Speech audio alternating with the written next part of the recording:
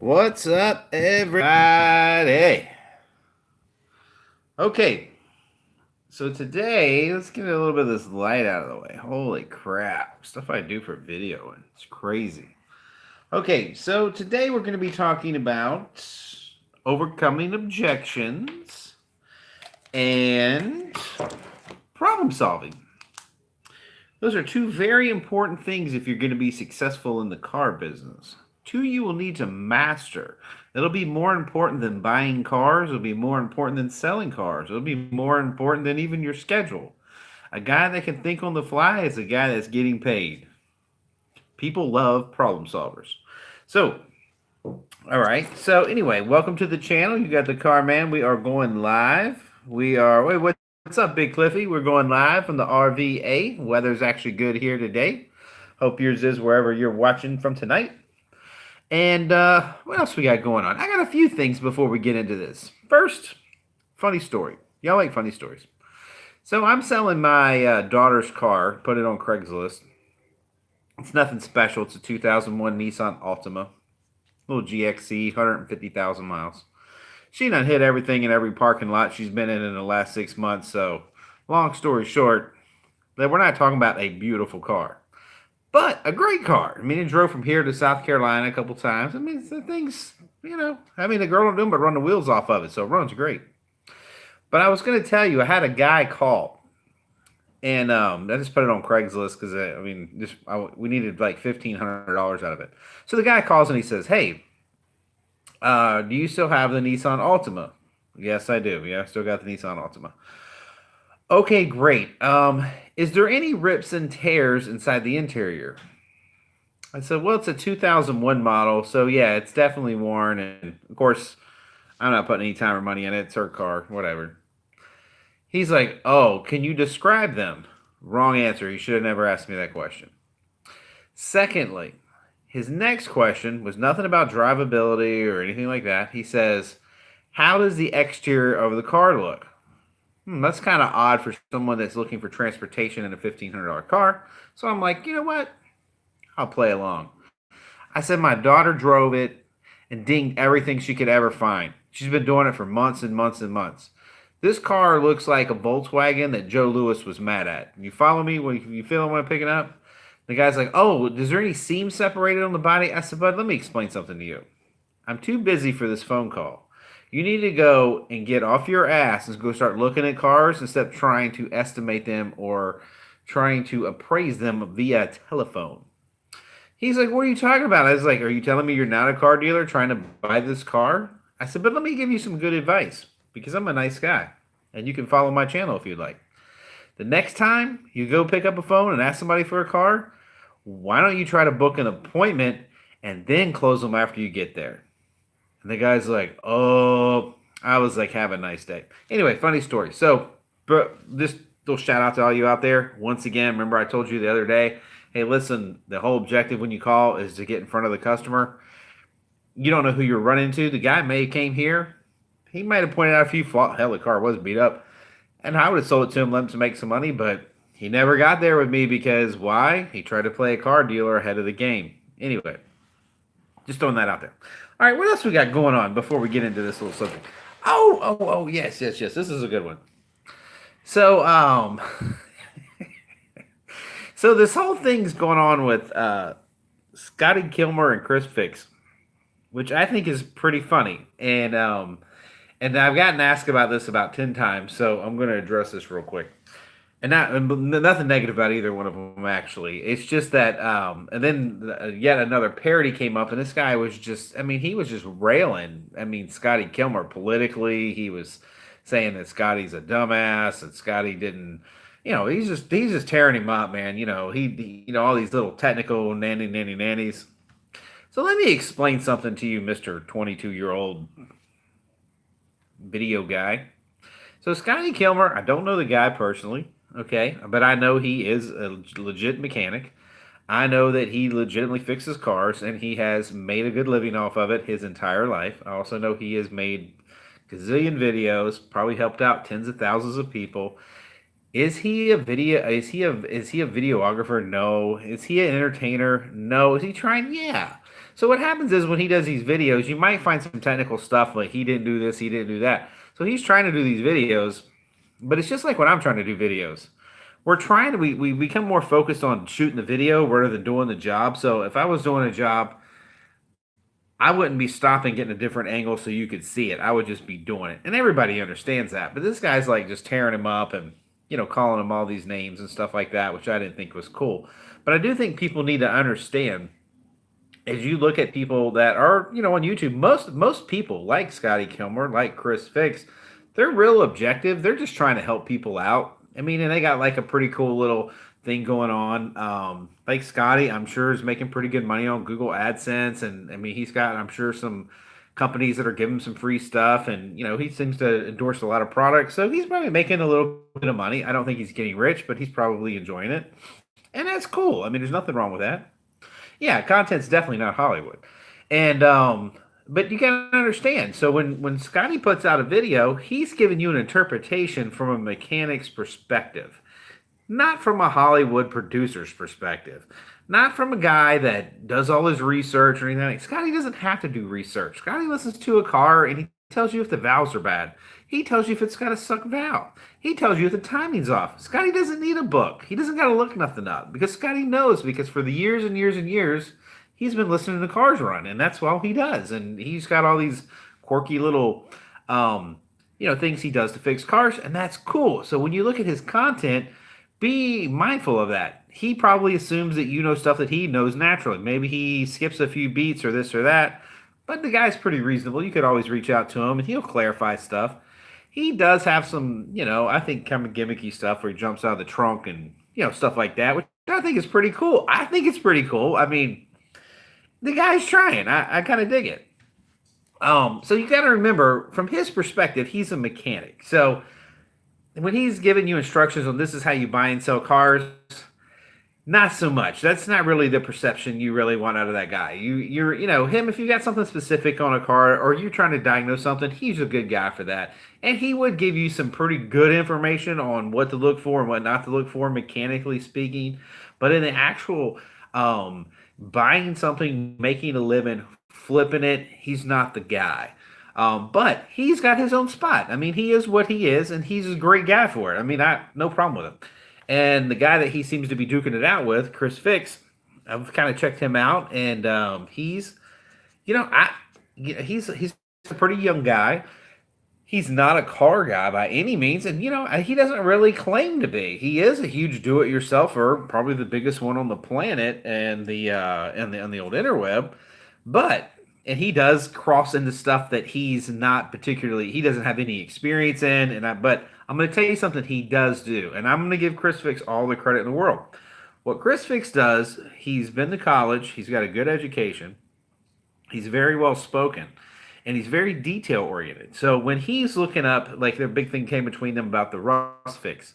So what Chris Fix did is Chris Fix actually did the research like anyone else would do that was a do-it-yourself guy. Not like Scotty would do. Scotty's just used to fixing shit his own way. That's how Scotty's going to do it. Chris Fix is going to go and he's going to look at everything on the internet. He's going to then take each slot and make sure that he hits all the spots because he's do-it-yourself. And he's going to do a little home project, and he's going to make it look simple, and he's going to be entertaining about it. And there's nothing wrong with that. Matter of fact, while I was doing a little research before I did this video, I took a look at it, and I was kind of impressed. And when he was doing a couple things, and I was like, I knew that, but I would never thought about putting it in a video because it's just normal. So there's a place for the Chris Fixes in the world. I mean, like I said, he's not a car man. He's not going to be. Chris Fix does not understand buying and selling cars. Chris Fix does understand research and following A to Z rules. I think he's excellent at it, but does he know what cars are worth? Does he know how to flip? No, that's not who he is or what he does. And, it goes on, like Eric the Car Guy. Another great guy. I love that guy. What's up, Auto Buff? I like Eric the Car Guy. Number one, he's a very humble, very cool, very real person. And, he's just a real guy, and he's a pretty damn good mechanic. I mean, he's pretty good. I mean, he did a great job on his little Fairmont that he built. Yeah, exactly. Yeah, he does do that. So yeah, so where was we going with this? Oh yeah. So Eric's a good dude, man. Like he tried to do the pay it forward. I was checking him out pretty seriously. He did like a little pay it forward program. He's trying to help some people out. He's done a lot of meet and greets. You know what? The guy's always available if you want to ask him a question. He tries to give you a pretty honest opinion on stuff. But once again, we got to look at where he comes from. He comes from a background, pretty much from what I understand. He was an auto technician that decided to go out and break out on his own, which is great. Different than Scotty. Scotty's an independent mechanic from way back. This guy Eric, he came from the car franchise end of things. You know, a train tech, and then he kind of ventured off and started doing some ventured in some stuff he wasn't 100% sure of, but he's done a hell of a good job. I mean, he's got a great following, um, and he does good. But once again, here's a guy that comes from a dealership perspective on the back end of it. So he is definitely, yeah, he's Honda and accurate, and he's great at it. You can't take it. I mean, and the guy's just so likable. I mean, I like him. I like all these guys I'm talking about, and he's good. So what? I was watching a series, and he was like, "This is how you buy a car," and he's pointing out things like you pull up the windshield wipers and you check this and you check that. Those things are semi important, but they're not really what car buyers go in and look at that really determine the valuation on whether you can build profit. But he's got things that really bring some value. I mean, and he does. If you listen to him, you can get some good stuff out of it. So, and then who was the other one I was checking out? Brian Mobile or Mobile One, Brian Mobile One. He's I forget. He's awesome. Yeah, Eric shows his mistakes. He's kind of like me. I don't care. I run the film. I don't edit nothing. You know why? Who cares? It's not like I'm going to be pretty at the end of it, or y'all going to be like, "Oh wow, that was so entertaining. You had this great music intro." Y'all don't care about the music. Who cares? Doesn't matter if I'm showing you how to fix a broke spark plug.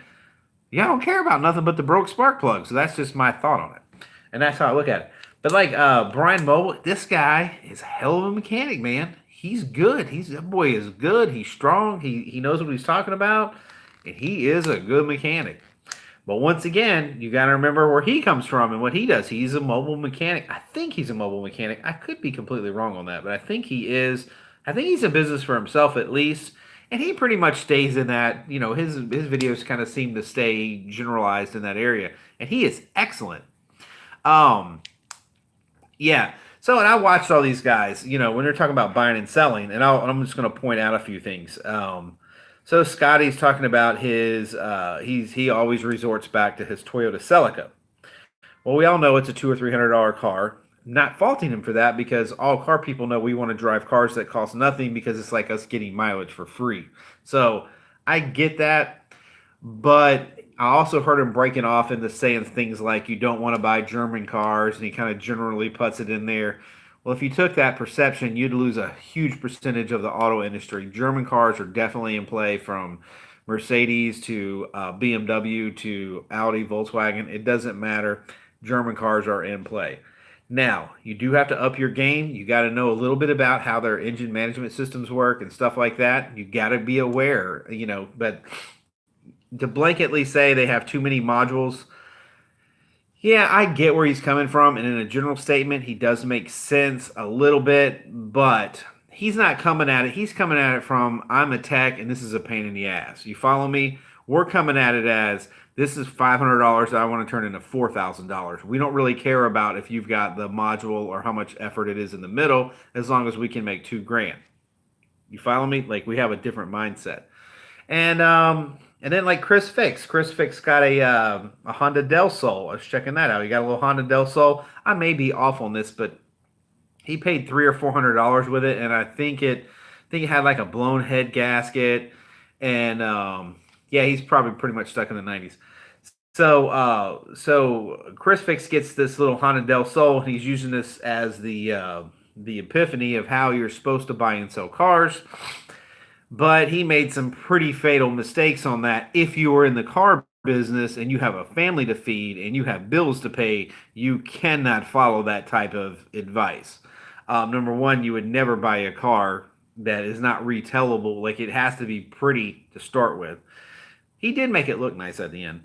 But we don't have that kind of time. And then you're not going to buy something with a major project that needs as much as it did in its compounding. And then on top of that, you would never pay $300 or $400 for a parts car. If you're following my channel and you pay that much for a car, we're going to have a little conversation later. It's not going to be pretty. So I watched him do a test drive on a Jaguar, and I think he did reasonably okay. I mean, he was pretty thorough. He did it looked kind of like it was almost like he was hitting a punch list, but it's not realistic. Like when you're out in a car, when you're in the car business, that walk around ahead of time is so important. You really got to dive deep into the person that's selling it to you, and also when you're in the drivability, when you're going through some of those things, you just got to pay a little more attention. I think he did a pretty good job, especially for a guy that studies and then presents a video. For him not being a car buyer, I was impressed a little bit. I'll give you that. So he did not offend me by what he did. And then I see then Eric, he got into I forget. I think he had like a Subaru or something. I can't remember what it was. He had some old sled laying around, and he was just kind of, going through the checklist of this right here, that right there. And those things are good, I guess, in a small way, but none of those things are going to build you profit. But once again, I'm going back into look at what you're watching and understand what they do for a living, and then look at back through their lens again. Like be aware of what they are, be aware of how they perceive things, and be aware of how it can value you. All these people got stuff to offer you. Information is the strongest thing on the planet because you learn from other people's mistakes and their experience. It saves you time, and time's the one thing we can't reproduce. It's very important. I think you should be subscribed to all these people, and I think you should get as much information as you can glean from them, but understand where they're good at. I mean, people got their spots that they're good at. Okay, so back to another thing too. Okay, I'm going to leave that one alone at that point. So Autobuff asked me the other day too. I have to make this kind of a wide. This is kind of like a wide video today. So Buff asked me the other day. By the way, tell your wife hey. Jen says hey. All that good stuff. All right, Buff. And we're friends on FaceSpace or whatever that's called. Facebook. We're friends on Facebook now. So anyway, long story short, he asked me, where do you go about sourcing your vendors? And this is just a quick little deal too. This is about overcoming objections and stuff, and we'll get into that. But part of overcoming objections is having the right people to get to. And this is a big deal. So how do I do it? So I tend to stay away from the mainstream guys. It takes a minute. You got to you've got to put a little ad out. And you got to hit a little ad out, and you got to ask for people. Like Craigslist is a great place.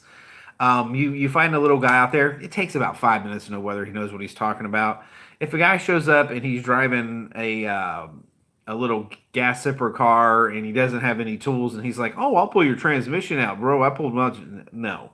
But if you've got a legit guy that's a mechanic that has years of experience and looks like he's somewhat together, that can reasonably do some work and he's reasonably quick, you want to get a handful of those guys. The same thing as with the body guys, and you want a little slew of guys that do stuff.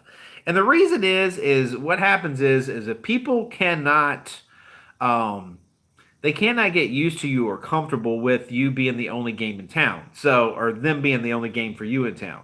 So you've got to create a sense of, if you don't do this, I'm going to replace you. Like, that just has to be part of it. I don't mean to disrespectful. They just need to know you have more than one person available. So as far as the vendors go, I just pretty much, through the years, I've just gotten guys that do this and guys that do that, and then I've kind of just kept building on it. And there's no real quick, easy way to do it. Sometimes it's the little local shop mechanics. You just have to start asking around. Oh, they want $80 an hour to pull up on you. Got to keep shopping, Otto. Got to keep shopping. You can also just call people. You can just put an ad out and say, "Hey, I'm looking for a mobile mechanic," and just see what people reply to you. Especially, like, I know your wife's on Facebook. Put it in the marketplace and just see what you come up with, and you'll start finding out there's for brake jobs. Oh my God. Brake jobs are so simple. You should be doing that yourself, my man. Always insource everything you can get away with doing yourself, because it's all profit at the end of the year. But anyway, that's how I do it. Not that it's important. All right. So overcoming objections, man, this is like the tough one because what's the hardest part? I mean, it's you can get cars. We can get cars. And you know what? If we put a pretty ad out, we can bring the customer in. How are we going to A, sell them the car, and B, how do we get them to lower the price when we're in front of them? So let's go to the first one. How do we sell them the car in the beginning? Overcoming objections. Well, what's some of the things that people say? A lot of times, chance favors the prepared mind. That's a CarMan thing. I've always believed that. I heard that somewhere when I was young, and it stuck with me, and I always remember that. Chance favors the prepared mind. So you have to set things up to win right off the bat. So what you kind of get into is you got to get used to the normal stuff that people will use for an excuse. Like, hey, I'll be back with my money, okay, or whatever. Whatever reason they can be, say they'll be back. I'll be back. But we're going to use the excuse of they don't have their money available right now. So here's how or they don't have cash available. So when you place your ads, you need to tell them that it is cash somewhere. And you need to state when you're actually communicating back with them, show the car at night. Yeah. Yeah, that's kind of edgy, but yeah, I like that. I've done that before. But yeah, so when people have objections, they're usually going to be the reason they have an objection or they didn't bring the money is they're scared they're actually going to buy the car. And literally almost everyone that leaves to go get money never comes back. It's just like it's one of those things. So how do you take that objection out like right out the bat? So here's what I do. Use it for what you want, but this is how I do it. When I run the ad, I will usually say something along the lines of such and such cash, whatever price. But when I'm texting them, it's like, hey, I have a large line, or will you be prepared to buy it? If you look at it, if you choose to want it, are you prepared to buy it? If you want it, I'm not saying you have to buy it, but if you want it, are you prepared to buy it? And they will say yes or no. And what that does is on the text message of them coming over, that sets the deal up to where they know that you're going to be asking them for the money. This is a huge deal, guys. This is a huge deal because it takes the awkwardness out of it. You've established that you're not there to entertain them. They're not there to entertain you. Everybody, all my cars at least come state inspected, so I get a few low ball offers. Yeah, I gotcha. Yeah. So if you get into this, people will use this for a huge objection. All right, that's a huge objection people will use to get out of it. And what the problem usually is, I just want to give you this insight. So if somebody's looking for a reason to get away from you in the car, you've done something wrong. Remember, just go through my whole list of how to, be around a customer. But usually it's price. It's usually price right at the end. If they've liked it and you've got a little bit of rapport with them, and this is just you selling a one-on-one car, and they don't seem to have that comfort, like they seem like they want to be nice to you, but it's not quite there and they ain't quite ready to hook, then you have a price issue. So what you need to say to them is, hey, what does it take? Or if you don't want to use what does it take, you may lower your price $50. Say, listen, with this right here, seal the deal right now. And then just present it to them. You have to present them with a number. You got to present them with a hook. And once again, that objection, when they're saying that, it means you've done something wrong or there's something wrong with them. They either don't like something about the car or the price is too high. It'll come out. All you got to do is make that offer to them. Okay. What other objections do you have? Third party. Hey, is this a third party car? In other words, guy's there, but wife needs to be involved. Those are always tough. I mean, there's not really a secret ball for that. The best thing you can do is offer them the best thing you can do is just keep them in the car as long as you can. Send them with the car to pick up the wife or whatever, or ask them whatever it takes to make it happen. That's what you got to do. You got to stay with the deal and stay with them while they're hot. The second he leaves, his wife doesn't look, she's not bonded with the car, your money's over. It's done. It's flushed. It's over. And the same thing when you go with buying cars and you're down to the nut cutting and you want to buy the car and you're like, hey, let's just pretend somebody has $5,000 on something. Let's go with me on this. And let's say that Autobuff's a cheap bastard and he's trying to buy it for 2,500. Which is okay. It's okay, Autobuff. You're cheap. We get that. We get how cheap you are. And Big Cliffs is trying to tell you to buy it for 1,500. Anyway, that's okay. Um, I priced it a few hundred over what I want to reduce the price. Okay, I got you. All right, but let's just pretend like he's trying to buy this car for $2,500, and the guy's at 5,000, and the guy's like, "Well, let me think about it." Anything that the guy backs up on and doesn't immediately hit you back with a number, then you have to re-up. You have to re-up on the spot. So if he hits him at 2,500 and the guy was at 5,000, and if he doesn't say, "Listen, I need to be at 4,500," he's like, "Oh, let me think about it." Oh no, we don't think about nothing. Say, "Hey, listen, man, I was just throwing out an offer. What would it take to buy it right now? Because I brought the money and I'm really serious and I've got a lot of stuff scheduled, so I don't have a lot of time. What would it take to get the deal bought?" The guy should give you a number. He should give you a number a little less. If he says, "Well, man, I really wanted 5,000," then you can start working him again a little bit. You can say, "Hey, listen, I get it. It was $5,000, but I got to be able to do this. I got to be able to do that. This is where you've done your job. You know, kind of what's going on with the car, what's wrong with it." And to say, "Hey, man, if we do the numbers right here, um, yeah, exactly. Here and now. Don't waste my time." There you go. I like how Big Cliff does business, by the way. Y'all like how Big Cliff's like, "Hey, you know what? You bring me your money and shut up." That's how it works. Is that how it works down in Barbados? He don't play around down there. Y'all better bring the full price to Big Cliff's house when he's selling stuff. I'm gonna tell you that right now. Oh, but if you're trying to buy something and it's a little less, the guy's gonna have to move. If he doesn't move, you've got to find out why, and you've got to go back to elevating it. So it's kind of like a mind game. It's like a trick that you got to play with yourself as far as are you do you have the ability, you got to create that opportunity for the guy to come back and talk to you, because if he's not engaging, you're not winning. He's got to engage. So what I'm telling you, and overcoming objections when you're buying it, is really getting that customer into the conversation. Like, I'm a hard ass. Like, if people are talking to me, like, I am so nice, but I that's what gets me so many deals. Is because I'll be like, with the guy with the $5,000, I'll be like, "Man, I really, really, really, um, okay, good. We can't talk about that right now." So if the guy's at $5,000 and I want to bring him down, I'm gonna say, "Hey, man, straight up, my kids don't have any milk to drink. I'm starving.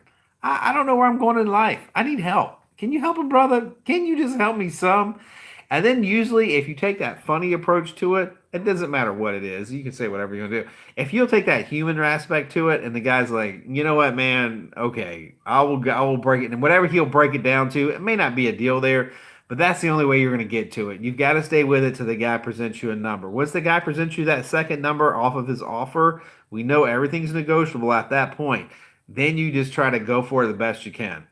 So it's not like a secret bullet for it. It's just other than just trying to win, and you get a lot more with honey than you do vinegar. That's a true statement. If anybody's ever heard that before in their life, that's an absolute true one. That's how I've seen it anyway. And some people, when they're selling you cars, they're just playing a mind game with you too. So they're like, I see it all the time. People will be like, everybody watch Pawn Stars. Anybody watch Pawn Stars? I know it's kind of pre-done or whatever, but they don't really get the sales aspect of it on the negotiation end of it. I don't think so. And the reason I say that is a lot of the reasons I say that is a lot of times the customer, they do the little interview. The customer will be like, "Oh, I wanted $500 for it."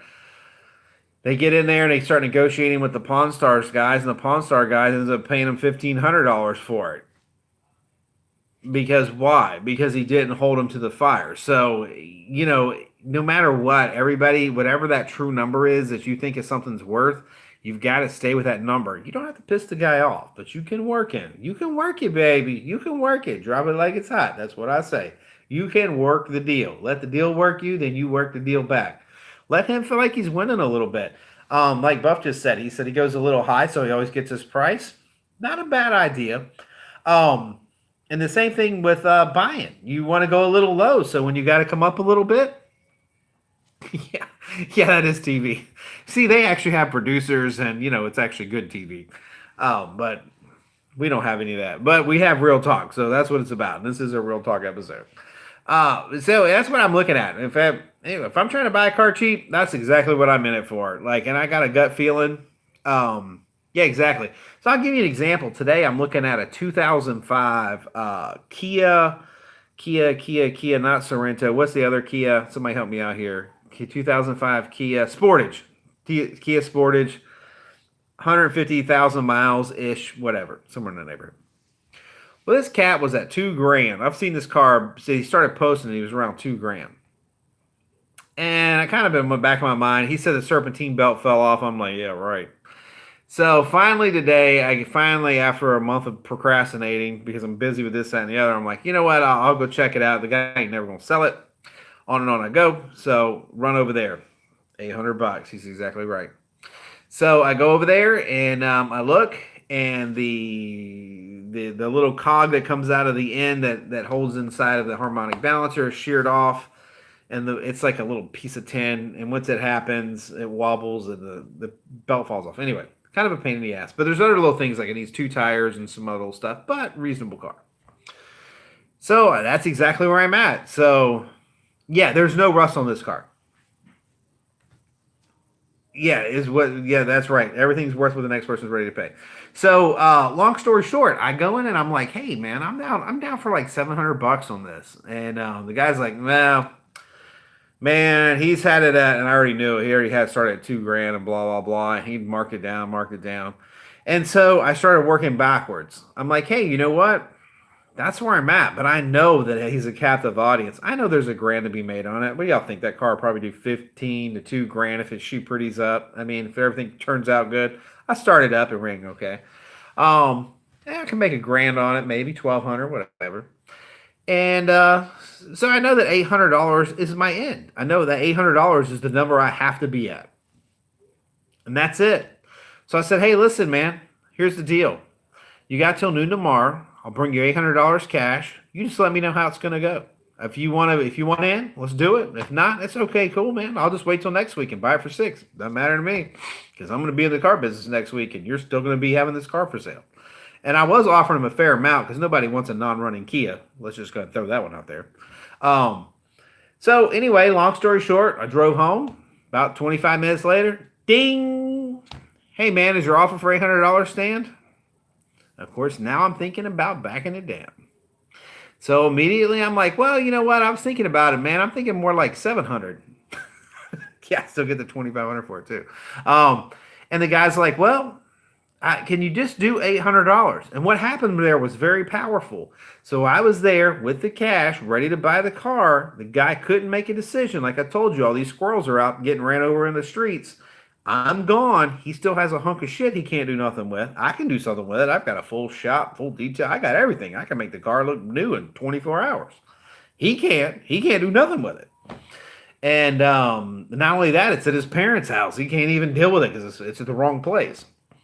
So he called, anyway. So anyway, I told him, I said, you know what, man, I'll do the $800. But once again, it has to be done by noon tomorrow because my schedule's too busy and I've got like 8 cars to look at tomorrow. So I don't have time for him. And the guy hit me right back. He's like, hey, no problem, brother. I got you. So, and that's the moral of the story. Here's a hard ass guy that, just won't move. But it doesn't matter if he won't move because I will. I'll leave him. Him and his car sitting right there because the car was worth $800 and that's all I was going to pay for it. Period. End of story. And if you get that mindset, you won't get hurt. But you got to be finessing on the other end when you're buying it. Like you got to be able to wine and dine them, show them a little bit of love. A little bit of. You just gotta show them a little bit of love. You know what I'm saying? Not $50 an hour, Cliff. That's enough of that. All right. Some of the other objections you get like into the vendors too. Like you end up dealing. You need. That's exactly right. Yes, exactly right. They need my money more than I need their car. Because guess what? There's 10 cars for every single person in the U.S. So we don't need them. They need us. Our money's a lot more valuable than their car is at the end of the day. especially a car that isn't ready to go. And I mean, who the hell wants those? You got to have guys like us. Does not work on the Wi-Fi. Yeah, cash will rule everything. But it does help if you're kind of smooth. That's the point I'm getting into it. They got to know you're serious. They got to know you're smooth. Like they got to know that you're not trying to ruffle their feathers. You're not trying to get into a pissing contest. You're just there trying to buy a car for what it's worth. Sometimes you have to explain to them why it's worth what it is and go through the whole, scenario.